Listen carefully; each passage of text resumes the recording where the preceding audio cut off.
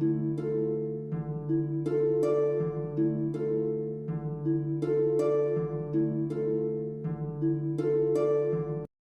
meu nome é Alicia e eu sou do primeiro A. Devo ou não devo? São reflexões que pertencem aos dois termos ética e moral. Embora eles sejam usados como sinônimos, a filosofia ética e moral tem as suas diferenças. A moral envolve comportamento, valores e hábitos. A moral, ela sempre existiu, que o ser humano consegue distinguir o bem do mal. A moral, ela regula meio que o comportamento do homem na sociedade. Isso é adquirido com a tradição, educação e pelo cotidiano. Já a ética é aquilo que todo mundo sabe, mas é difícil de explicar. O termo ética, a palavra ética, vem do grego, que significa caráter. Serve mais ou menos para que haja um equilíbrio social, onde ninguém saia prejudicado. E isso não está referente às leis. É como se fosse justiça social. Por exemplo, o patrão humilhar o empregado na frente de todo mundo. Isso seria antiético. A ética, ela é construída com base nos valores históricos e culturais. Por exemplo, em um país, pode ser ético sacrificar animais. Já no outro, pode desrespeitar os princípios éticos estabelecidos. Aí já vem aquela questão envolvida com a cultura, entendeu? Vou tentar dar uma resumida aqui. O caráter ético, a pessoa que tem caráter ético, é um caráter universal. Já o caráter moral é uma coisa particular da pessoa, da cultura dela. A ética é mais sobre fundamentos de princípios. Já a moral é comportamentos. Ética e moral. Mas o que realmente é isso? Bom, a ética é um conjunto de informações relacionada à investigação do comportamento humano. Ela explica suas regras de forma racional e científica. É composta por muitas teorias e pela construção dos valores compartilhados socialmente.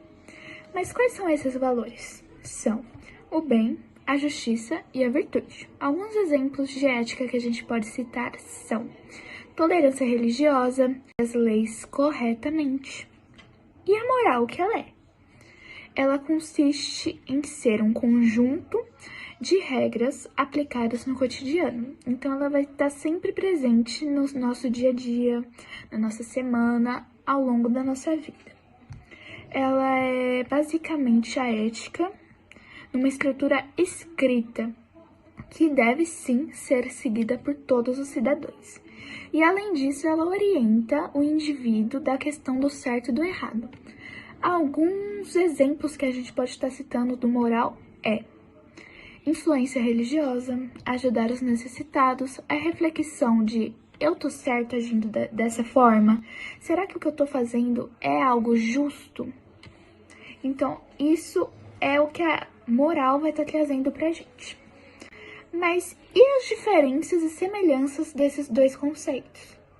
A principal semelhança da ética e da moral é que as duas lidam com o certo e com o errado. Mas possuem também muitas diferenças. A principal delas é a ética, ela já age mais no coletivo. Então, ela se constrói a partir do consenso de várias morais. Já a moral, ela é algo mais individual. Ela é o fundamento da ética. Mas quais mais diferenças a gente pode estar citando? O modo social de agir de cada uma. Na ética, ela vai implicar no consenso da sociedade. Então, o que a sociedade vai impor, de acordo de um consenso? No modo de agir, é o que aquela pessoa vai agir, porque ela reflete mais num coletivo. Já a moral, esse modo social de agir vai ser adquirido ao longo da vida, a partir das suas experiências. E mais uma diferença entre ética e moral que a gente está podendo citar é normas e regras sociais. Da ética é guiada pela cultura da sociedade. Já na moral, ela é guiada pela nossa consciência. Então, sim, elas possuem muitas diferenças e a principal semelhança delas é lidar com esse certo e com o errado, que vai causar muita reflexão nas pessoas e nas formas delas agirem perante a sociedade ou de maneira individual também. Então a gente já entendeu que a ética ela tem relação aos nossos princípios, ou seja, aquilo que a gente acha que é certo ou errado, então aquilo que nos foi ensinado. A ética ela tem relação ao nosso caráter, a ética tem relação ao nosso valor moral. Então a ética, tudo isso, o nosso valor moral, os nossos princípios, o nosso caráter vai ser medido a partir das nossas reações e do nosso comportamento em uma determinada situação que a gente pode passar no nosso dia a dia. Aqui eu vou dar alguns exemplos de situações, inclusive em ambientes e situações completamente diferentes para a gente conseguir entender isso. Mas antes eu vou ensinar para você o que é ser ético e o que é ser antiético. Então, o que seria ser ético? Ser ético é ir de acordo com os seus princípios, com aquilo que lhe foi ensinado. Então, com aquilo que você acredita que é certo, com aquilo que você acredita que é correto. Então, isso é ser ético. É você preservar o seu caráter, o seu valor moral, a partir do momento em que você escolhe fazer o correto e seguir os seus princípios, aquilo que lhes foi ensinado. E o que é ser antiético? Ser antiético é completamente o contrário de ser ético. Antiético é o quê? É você ir completamente por um caminho contrário ao que lhes foi ensinado. Então você sabe o que é certo, mas mesmo assim você segue o caminho contrário, você faz o errado, mesmo sabendo que o certo era outra coisa. Então, quando você é antiético, você não vai de acordo com seus princípios, você não vai de acordo com o que lhes foi ensinado, você vai por um caminho completamente errado, colocando em jogo o seu valor moral, colocando em jogo o seu caráter. Aqui eu peguei uma situação para poder dar exemplos. Vamos supor, a gente está andando na rua e a gente encontra uma carteira. Dentro dessa carteira tem muito dinheiro, é um dinheiro que pode te ajudar a pagar aquelas continhas, pagar ali a mensalidade da escola do seu filho, enfim, é um dinheiro que iria te ajudar. Só que dentro da carteira, além do dinheiro, também tem documentos que você pode identificar o legítimo dono da carteira.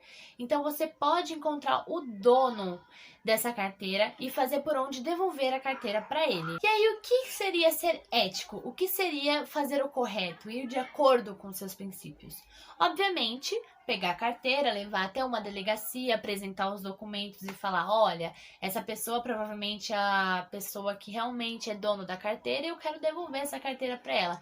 Mesmo no seu subconsciente, você sabendo que precisaria daquele dinheiro, você faz o que é certo, você faz o que realmente é correto. E o que seria ser antiético nessa situação? Você saber que tem aquele documento ali, você saber que você pode encontrar o legítimo dono da carteira, mas você simplesmente não se importa para isso. Você simplesmente pega o dinheiro porque você está precisando, ou então porque dinheiro nunca é demais, né? Você pega o dinheiro e é isso, você não se importa em fazer o correto. Isso é ir contra os seus princípios e contra aquilo que lhes foi ensinado. Então isso é ser antiético. Eu peguei também dois ambientes diferentes, completamente diferentes, para poder falar um pouquinho sobre a ética e o que seria ser antiético e ético nessas situações. Então, por exemplo, você aprontou alguma na escola e sua professora chega para a sala e fala, gente, por favor, o culpado se apresente. Aí você sabe que foi você que fez aquela coisa feia, você sabe que você é o culpado, mas você mesmo assim fica em silêncio, você não conta que quem fez foi você. Isso é ser o quê? Antiético, porque você sabe que o certo é falar a verdade, aquilo está nos seus princípios. O que você aprendeu é que o certo é falar a verdade, mas mesmo assim você mente. Isso é ser antiético. E o que seria ser ético nessa situação? Seria você contar a verdade, falar, olha, fui eu que fiz essa bobagem, fui eu que fiz com que essa situação chegasse a esse ponto e eu sou o culpado, eu estou aqui para falar a verdade.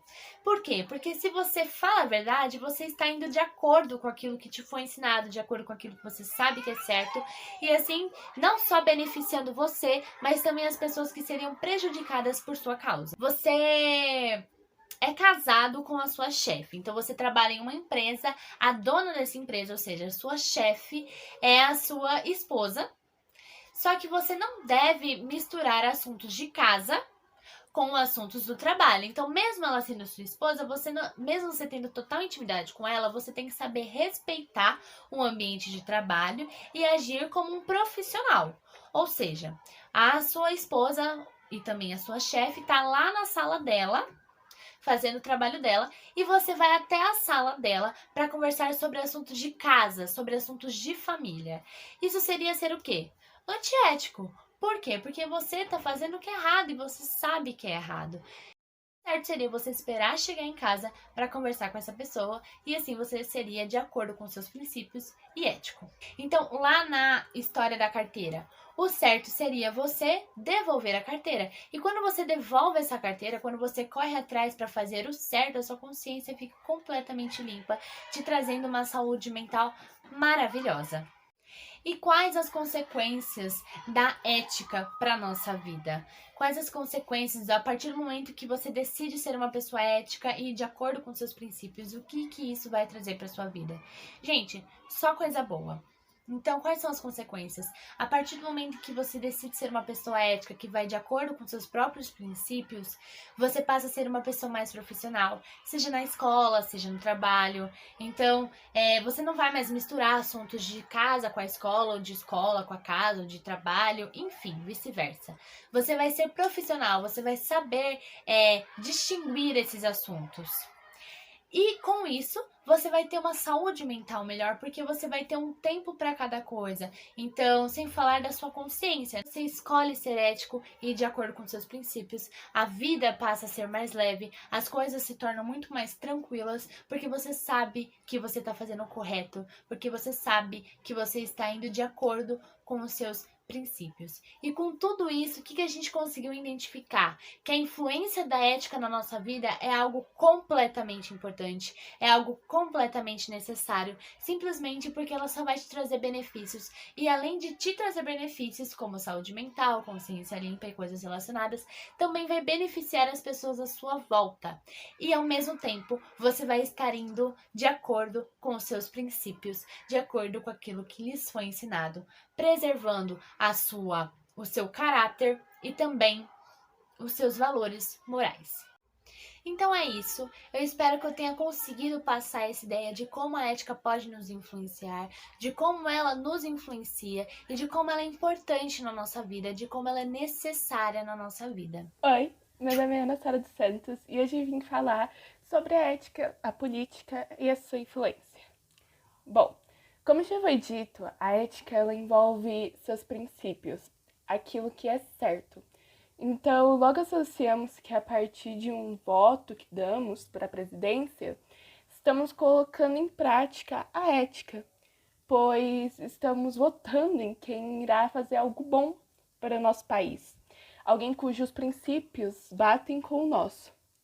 Uma característica indispensável, como falamos de política e ética, é que desde sua antiguidade, elas não podem ser desassociadas. Isso quer dizer que elas não podem ser separadas uma da outra. Desde Platão e Aristóteles, eles já tinham a ideia de que para construir uma constituição para a polis, que são as cidades gregas, era necessário um governador sábio e justo. Aliás, é o próprio Aristóteles que fala a afirmação. Temos como confirmação que nas cidades gregas, que são as polis, as pessoas só seriam cidadãos quando elas se introduzissem na política. E as razões práticas para orientar as ações dos cidadãos gregos estão intimamente relacionadas com o ethos, que é entendido como um conjunto de tradições, costumes, valores próprios da vida nas cidades, né? Falando disso, no caso de Aristóteles, isso era a noção da ética e política, que se complementam reciprocamente na teoria da justiça. Então, tanto para Platão quanto para Aristóteles, a política ela é uma ciência onde todas as outras ciências estão obrigatoriamente englobadas. Então, nos é mostrado que a política e a ética é uma divisão, entendeu? A ética é uma divisão da política. E para Aristóteles, a ética é uma condição necessária para que o indivíduo se realize, que tenha condições de viver com virtuosidade, a partir do uso da razão, que é garantida pela ética e pela política, ou seja, pela felicidade individual e pela felicidade coletiva. Então, voltamos um pouco agora na afirmação em que Aristóteles fala que o homem é um animal da política. Quando a gente se depara com isso, ele quer nos mostrar que o homem é um político por ser racional.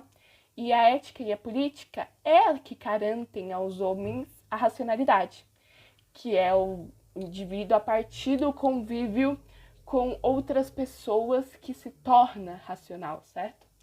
E o Platão ele diz que nem todos são aptos para esse cargo, apenas os capacitados, que na época eram os filósofos, seriam capazes de garantir o bem-estar a todos por meio de administração. Ele queria acabar com as injustiças, então suas visões eram bem diferentes. Platão era mais idealista, Aristóteles mais realista. E embora hoje em dia nem sempre vemos convergência entre os princípios, a gente pode perceber que a gente usa a ética e a gente influencia na política através da ética. As pessoas acabam votando em quem elas seguem os princípios. E é muito visto que nem todos usam a ética. E isso é um pouco envolvendo mais as corrupções. Então, a partir do momento em que você tá fazendo algo que você tem os princípios e sabe que é errado ou sabe que é certo, você tá usando a ética. E quando você está votando, você está usando ela na política. E é bom deixar claro que eu só citei Aristóteles e Platão, mas muitas outras pessoas, como Maquiavel, já tiveram envolvimento na ética e na política. Aqui são apenas exemplos para entendermos melhor, mas outros, se a gente entrar no contexto histórico, já tivemos, sim, outros filósofos que acabaram tendo contato com a ética e com a política. Bom dia, boa tarde, boa noite, dependendo do horário que você está assistindo. Meu nome é André Silva Domingues, sou do primeiro ano B. E hoje eu vim falar sobre 3 dos grandes filósofos da filosofia ética: Aristóteles, Kant e Maquiavel. Só que vamos começar pelo início, vamos começar pelo começo, vamos começar por Aristóteles. Os outros dois a gente aborda depois. O Aristóteles, o Ari para os íntimos. O Ari nasceu em Estagira, no norte da Grécia Antiga. Filho de Nicômaco. É um nome bem difícil de pronunciar. Que era médico particular e amigo do rei da Macedônia, o Amintas III.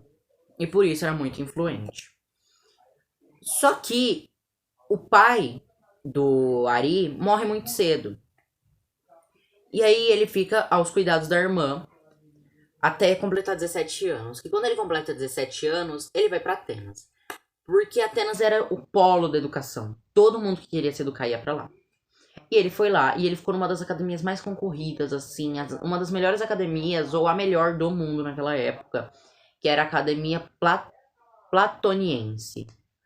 A Academia Platoniense foi fundada por Platão, dá pra perceber pelo nome.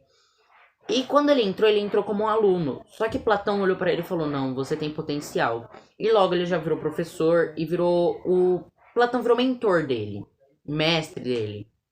E ele, um aprendiz, ouvia tudo que Platão dizia. E por isso, por essa afinidade deles dois, o povo começou tudo a especular que o Ari ia suceder Platão. Quando ele morresse, ia virar o chefão da academia lá, da Academia Platoniense. Só que não foi o que aconteceu. Primeiro porque o Ari não era ateniense, cidadão ateniense. E segundo que as ideias deles eram muito diferentes. Muito, sabe, não batia. Um acreditava na razão, que era o Platão. O Platão acreditava na razão, acreditava que conhecimento vem da razão. Já o Ari não. O Ari, ele acreditava na experiência. Ele acreditava que todos os seres humanos são feitos de essência mais a matéria. que você só consegue adquirir conhecimento através da experiência e que não existe um mundo de ideias além da realidade. Ele acreditava nisso e por isso não batia deles dois. E aí ele não ficou responsável por isso. E aí ele volta num convite do rei daquele lá que era amigo do pai dele, o Amintas III. Ele volta pra ser mentor de Alexandre. E aí ele vai ser mentor do Alexandre. Tipo, depois o pai morre, o Amintas. E o Alexandre assume o poder. Quem é esse Alexandre? Alexandre o Grande. Aquele ali, ele assumiu o poder, ele já saiu conquistando tudo assim. E pronto, já o Império Macedônio era um dos maiores do mundo naquela época, de tanto que ele conquistou. E aí o Aristóteles tinha uma vontade de construir uma academia também.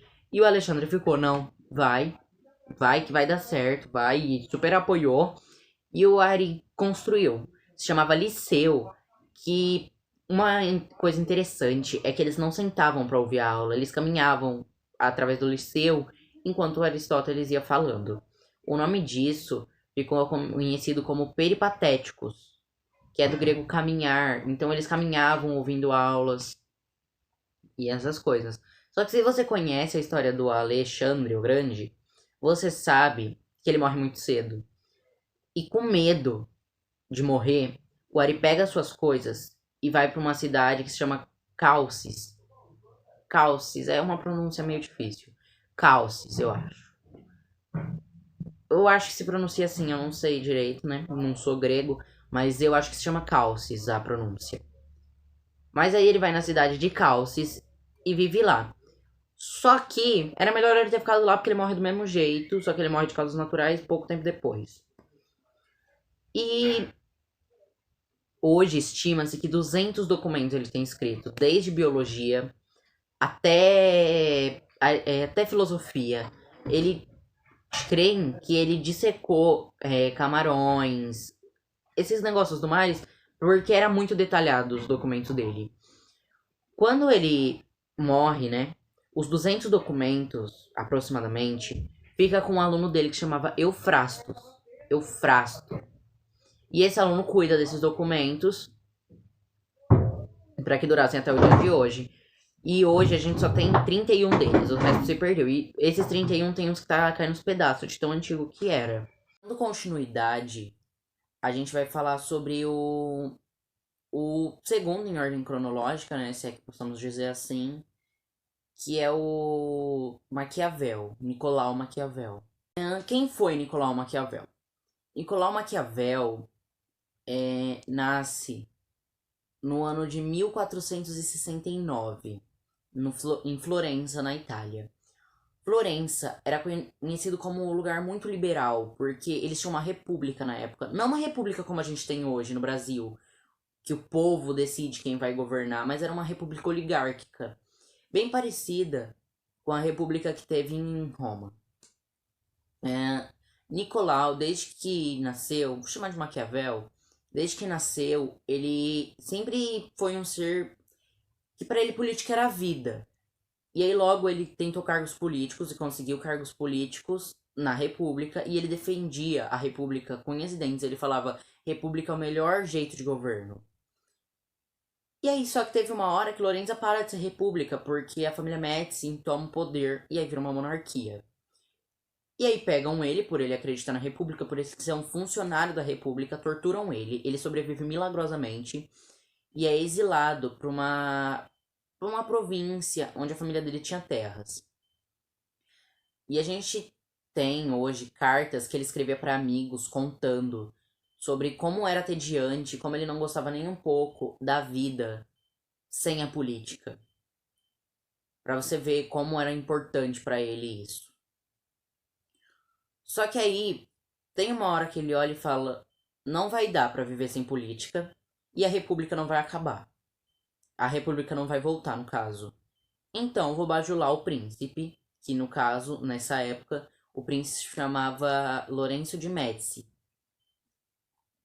E aí ele fala assim, qual é a melhor maneira de bajular o príncipe, se não mostrar todos os meus conhecimentos, entregar para ele num papel, de fácil maneira para ele ler, e falar, tá todos os meus conhecimentos aqui, isso é só uma parte deles, e eu posso ser seu conselheiro, eu posso te ajudar muito a governar. E é isso que ele faz. Ele cria um dos maiores livros que ele já fez, foi o Príncipe, que hoje você procurar, você encontra. E nessa obra ele conta, e ele mostra a filosofia nunca vista antes.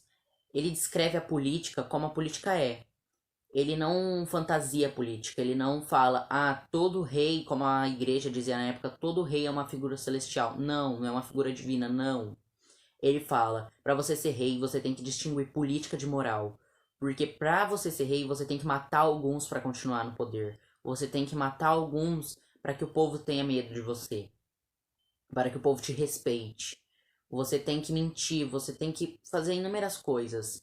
É engraçado que ele fala que para você ser rei, você tem que ter religiosidade, você tem que ter honestidade, você tem que ter várias coisas. Só que, tipo, são várias qualidades boas. Só que ele fala que você não precisa ser assim, você tem que ter na frente do povo. O povo tem que acreditar que você é assim, mas você não precisa ser assim. É mais por aparências. E hoje, esse livro se aplica até os dias de hoje, porque dá pra você entender como realmente funciona o governo. E na época os governantes ficaram com muita raiva disso, pelo fato dele realmente mostrar algo que nunca tinha sido visto antes. Agora, a gente vai falar sobre o último, né, desses três, que na ordem é o Immanuel Kant. Quem foi Immanuel Kant? Immanuel Kant foi um filósofo alemão do século XVIII. Logo por ele ser do século XVIII, você consegue ver que ele teve bastante influência do iluminismo. Ele fica bem conhecido por ele ter revolucionou toda a filosofia da época, toda. Ele lançou as bases da filosofia que conhecemos hoje.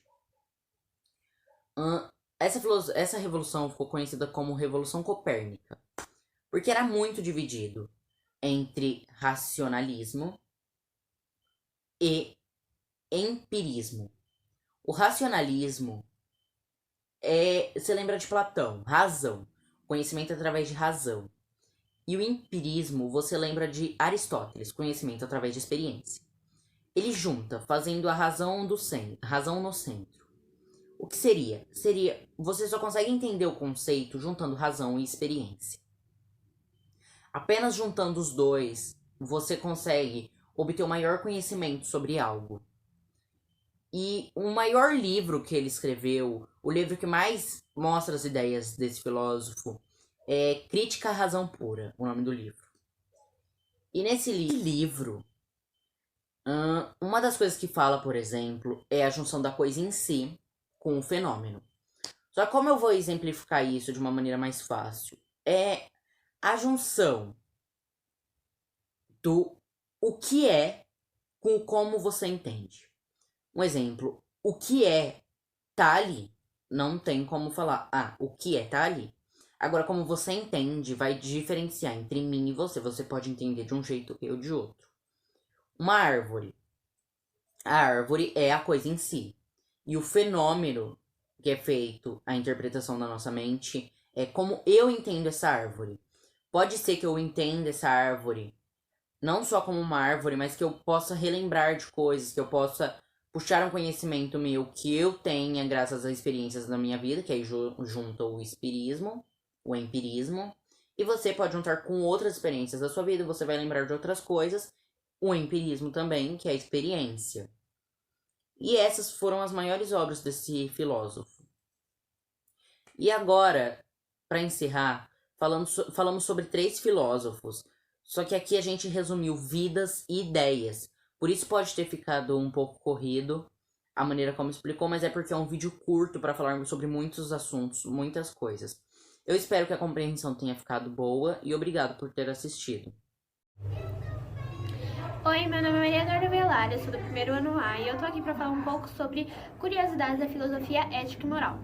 Como minha própria colega Maria Eduarda falou, filosofia ética e moral são sim diferentes, pois a moral irá mostrar um pouco das condições estabelecidas pela cultura do povo e, de certa forma, o jeito certo de se agir na sociedade.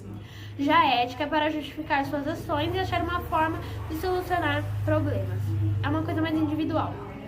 Eu encontrei uma matéria que lançou no dia 22/2, em uma segunda-feira, onde um professor de filosofia de ética de Harvard, Michel Sandel, ele analisa os casos profissionais de saúde flagrados decidindo dar o imunizante contra a Covid-19 em idosos. E é muito legal o que o professor fala, né? Que não se trata apenas de uma transgressão individual, mas de um sintoma de uma sociedade que falta confiança nas pessoas e nas instituições. O que é fundamental, né, em uma democracia. E, ao meu ver, isso mostra um pouco, né, sobre a filosofia ética e também um pouco, não sei, mas sobre sociologia.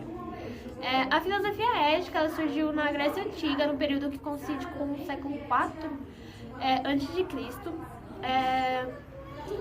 Os filósofos gregos eles foram os primeiros, né, a pensar sobre o conceito de ética.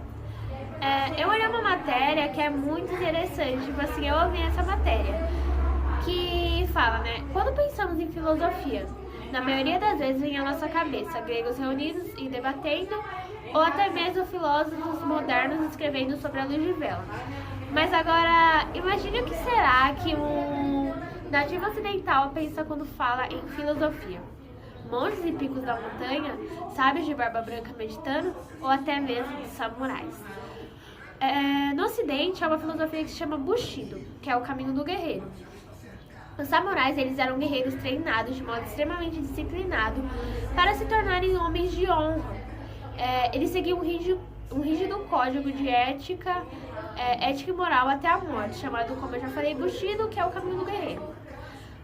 O Bushido, ele tinha suas características, eles seguiam alguns princípios, que era justiça, moralidade, coragem, compaixão, gentileza, veracidade, que eu acho que é não mentir, lealdade e honra. E o Bushido é uma filosofia na qual a gente pode nos inspirar nos dias de hoje. É uma filosofia muito legal de se pesquisar mais. Pelas pesquisas que eu fiz, eu encontrei uma série na qual mostra um pouco sobre a filosofia ética e moral. Falar que a série é muito engraçada, o nome da série é The Good Places, se não me engano, ele fala assim. E a proposta da série é apresentar a vida após a morte de um jeito inusitado, divertido e repleto de reflexões éticas e morais.